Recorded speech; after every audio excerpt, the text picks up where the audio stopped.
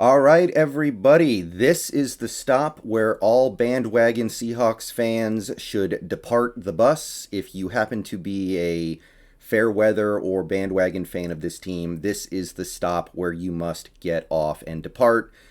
All my real Seahawks fans, come on in because we got some stuff to talk about. It's time to get serious, and we've got a lot to go over after that game. And not just about that game, but this team and where this team looks like they are headed with 14 games left in 2021. So you lose to the Vikings. The game is still technically on. There's like 2 minutes left, but the Vikings are just kneeing the clock out. 30-17, and it was it was a perfect microcosm of the fundamental problem with the way this team was built. And I gotta admit, on some level, I got fooled. I got tricked. I bought into some of the things that they were doing when they were building this team this offseason, but it clearly has not paid off.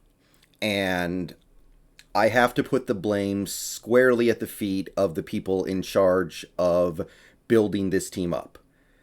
To blame the players right now would be like blaming the passengers on the Titanic. It's just like, why are you getting mad at those guys? This is, to me, all about the people who built this team and the people who are in charge of running this team. And I'm going to go ahead and say it here at the start of the video, and we'll talk more about why I feel this way going forward, but I'm not mincing my words anymore. I'm not playing nice. I'm not playing coy. It is time for Pete Carroll to step down and retire from his role with the Seahawks. I'm going to say it again because I've never said it that firmly before. I've never called for his head before to this degree, but it is time for Pete Carroll to step down as head coach this week. Not at the end of the season, not in December, not at the end of the month, this week. And I'm not saying that he will. I'm not saying the thought has even crossed his mind, but it is clearly time for this team to do something else. So this game gets off to a great start. The offense shows their talent. It shows the potential of the Shane Waldron offense. The offense gets off to that great start. Great opening drive. Wilson takes his check down. Wilson finds stuff over the middle for intermediate plays, hitting Metcalf. Metcalf had a big game. You're running the ball well with Carson. Carson had a very productive day today. Offensive line's holding up pretty well against a pretty good Minnesota pass rush. And it looks like the offense came to play and is playing the way they need to against that cover 2 Vikings offense. And I will tell you right now, and this ties into why what I said about Pete Carroll is what I said about him, I don't think the offense can really be blamed very much at all for what happened out there on the field today. Yes, the offense is not perfect. Yes, the offense did definitely have issues in that second half. But here's my thing. This Seahawks offense picked up at least one first down, I think, on every single one of their possessions. They had 4 out of 4 scoring drives in the first half. I know Myers missed a field goal that he usually makes, which, I mean, that sucks, but that's such a... I'm not even really going to get that mad about it. The point is, the offense moved the ball into scoring range every time they touched the ball in the first half. They have 2 great touchdown drives. They have another drive ruined by what I would call a pretty ticky-tack penalty on Alex Collins. They get the field goal anyway, and you go into halftime down. And then in that second half, your offense barely ever gets the ball because your defense cannot get a stop. And I feel like we might have had the ball for about 3 minutes in that second half. I don't know what it was. Feels like it was about 3 minutes of time of possession in that second half. So... yeah, the offense has some stuff to work on. The offensive line had a couple breakdowns in that second half. There are some imperfect things with this offense, but you're playing on the road against a not terrible Vikings defense, and you're still working on this new scheme and new playbook. It's not going to be perfect. what we had out there today on offense, I saw a lot more positives than negatives. And it doesn't matter because this week, even though we only scored 17 points, even though I know we didn't score in that second half, I can do nothing but put everything on the defense. Last week I didn't do that. I said that the offense needed to get some first downs in the fourth quarter to help put the game away. I can't do that this week because the offense basically played a excellent first half and they were still down going in. I'm not going to really spend too much time talking about players, and I know that some people are definitely going to sound off about our players in the comments. People are going to talk about Trey Flowers, I'm sure, because yeah, Trey Flowers sucked today, but you know what? DJ Reed sucked. Ugo Amadi really sucked. He might have been our worst player today. Quandre Diggs sucked. Jamal Adams, he may as well be Bradley McDougald out there for all the impact he has on this defense. So I'm sitting here and I'm looking at this secondary of players and I'm thinking either they all forgot how to play football at the same time or they're not being used properly and put in good situations by this team and coaching staff. And I will tell you what I think is a lot more likely. This team is not putting these guys in good situations. All 5 of our guys who started in the secondary today looked like they forgot how to play football, like they had never played it before. Either they all had amnesia at the exact same time, or the coaching staff is failing them. You could get mad at the pass rushers. Yeah, we didn't really get any pressure on Kirk Cousins today. We had 1 sack, and he had all day in the pocket on a vast majority of his dropbacks. It was easy for him. You can get mad at guys like Carlos Dunlap because he's had minimal impact through 3 games. You can get mad at players like Rasheem Green for beasting out in game 1 and then doing nothing since. But with the exception of maybe Darrell Taylor, who had the nice strip sack today, nobody on this pass rush really did anything. So either this pass rush, everyone on it just forgot how to rush the passer, A, or B, and I'll say this is the far more likely scenario, everyone on this team is not being put in the right situations by this coaching staff. They're not being utilized to their strengths. Something is wrong there because I don't believe that everybody on this team forgot how to play football. We can't even stop the run anymore. We couldn't stop the run today at all against backup running backs. 140 yards on the ground for Vikings backup running backs. And did Bobby Wagner and Jordan Brooks and Poona Ford and Al Woods forget how to stop the run? Or is there something else going on here where they're just not being put in the right situations? Yeah, I'm going to take a guess here and say that it's the coaching staff because these players are not slacking. I'm watching this game. I'm not seeing the players give no effort. I'm not seeing the players give up and just let stuff happen. I'm not seeing that. I'm seeing they're just not being put in the right situations to make a play to go win a game. And look, Pete Carroll has had, this is now like season number 4 of the post-Legion of Boom rebuild. And he had this offseason to build up this defense into a unit that would live up to what we saw in the second half of 2020, where we actually started playing good again. We started getting QB pressure. Secondary stepped up with DJ Reed. Quandre Diggs and Jamal Adams came together to be maybe the best safety tandem in the league. He had this offseason, and he spent this offseason trying to do that, bringing in guys like Akella Witherspoon, who never even got to play for us, bringing back guys like Poona Ford, Carlos Dunlap, Benson Mayowa, bringing in Kerry Hyder.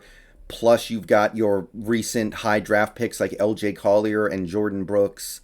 The resources have been spent, and they are still awful. In this super important game to take care of business, get a win, get to 2-1, and stay competitive in this division, you do nothing. You force no turnovers. You get no QB pressure. You don't even stop the run. And I'm looking at some of these guys he brought in. Akella Witherspoon got traded before the first game. Jordan Brooks has gone in the doghouse twice in the last 2 games. There's another first-round pick. Wow. Great use of resources there. He makes one bad play, and you're benching him for a whole drive because I guess he's just your punching bag now. Carroll's punching bag. L.J. Collier inactive despite Benson Mayowa being injured today. He can't even get on the field when somebody in front of him gets hurt because we think he's just that useless. Another first-round pick wasted. Jamal Adams, you spend all this stuff to bring him in to start and be the centerpiece of your defense, and yet you don't build your defense around him in a meaningful way. You may as well just have Bradley McDougald back there. You didn't come up with a way to utilize him effectively even after trading all those assets for him. You brought him in and thought you were going to use him the same way you used other safeties who have been here before, when you had plenty of tape. You had every opportunity to know how Jamal Adams plays football. You know how to use him. And I guarantee you Jamal Adams would be an all-pro on some of these other teams. But on this team, he's got no impact. And this team is one of the few teams that apparently was dumb enough to trade the farm for a guy without a plan to utilize his specific skill set. So, look, you can get mad at the players if you want to. The players on defense, they all suck today. I can't think of a single defensive player who played well except maybe Darrell Taylor, I guess. But I am over getting mad at these players.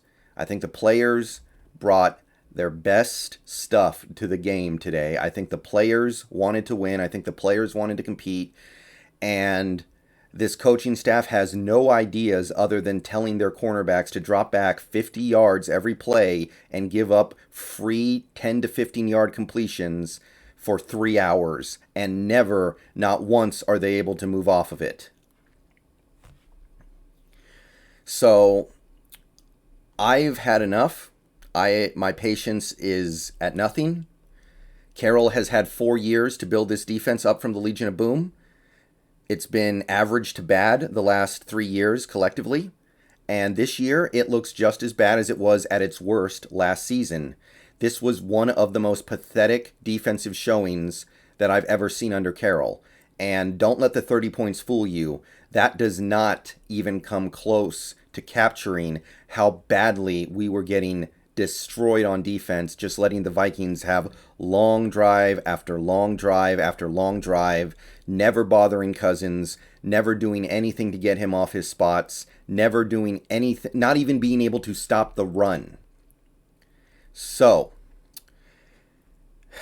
if you want to get mad at the offense for not doing anything after the second half started, okay, I swear to God, they barely ever had the ball because the defense was giving up 20 play drives every opportunity they got. And again, don't let the 9 points in the second half fool you. The defense was useless in that second half.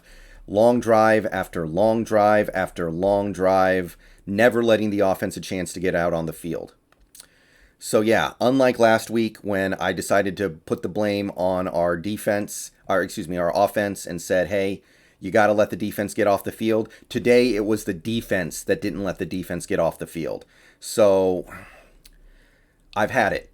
Carroll has had more than enough opportunities to build this defense into a good unit. And I said I was going to hit the panic button early this season if the defense wasn't good. The defense is not good. They had their moments in the first 2 games, but this was a big game.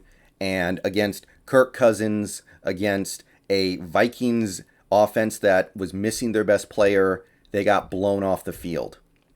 So, Pete Carroll, there is a age slice. There is an age demographic of Seahawks fans, the young ones, the teenagers, the preteens maybe, who do not know what it's like for the Seahawks to have a good defense. They maybe started watching football in 2017 or 2018. They only know the Seahawks having a average to bad defense, and they're used to the offense having to bail out the defense practically every time. You have had years to build this up. It's time to try something else because you clearly don't have the answers. And I do not want your legacy in Seattle to be remembered largely for this, because I do not personally hate Pete Carroll. I want him to be remembered for the Super Bowl and the great things that he did. But we are going to start to forget that, and we are going to start to resent him if this is allowed to continue for the next several years. I have said, or at least thought to myself many times over these last couple years, that when the day comes that Pete Carroll either retires or is fired, then I would make a video saying, thank you, Pete Carroll, for all the great things you did in Seattle. But if I have to continue to watch this team get completely sunk by his inability to adjust on defense, watch him fail to add anything valuable to this offense because we know that he has nothing valuable to contribute as an offensive mind, I may not make that video because I'm just going to remember all of this stuff where he ruins and wastes the talent that we have.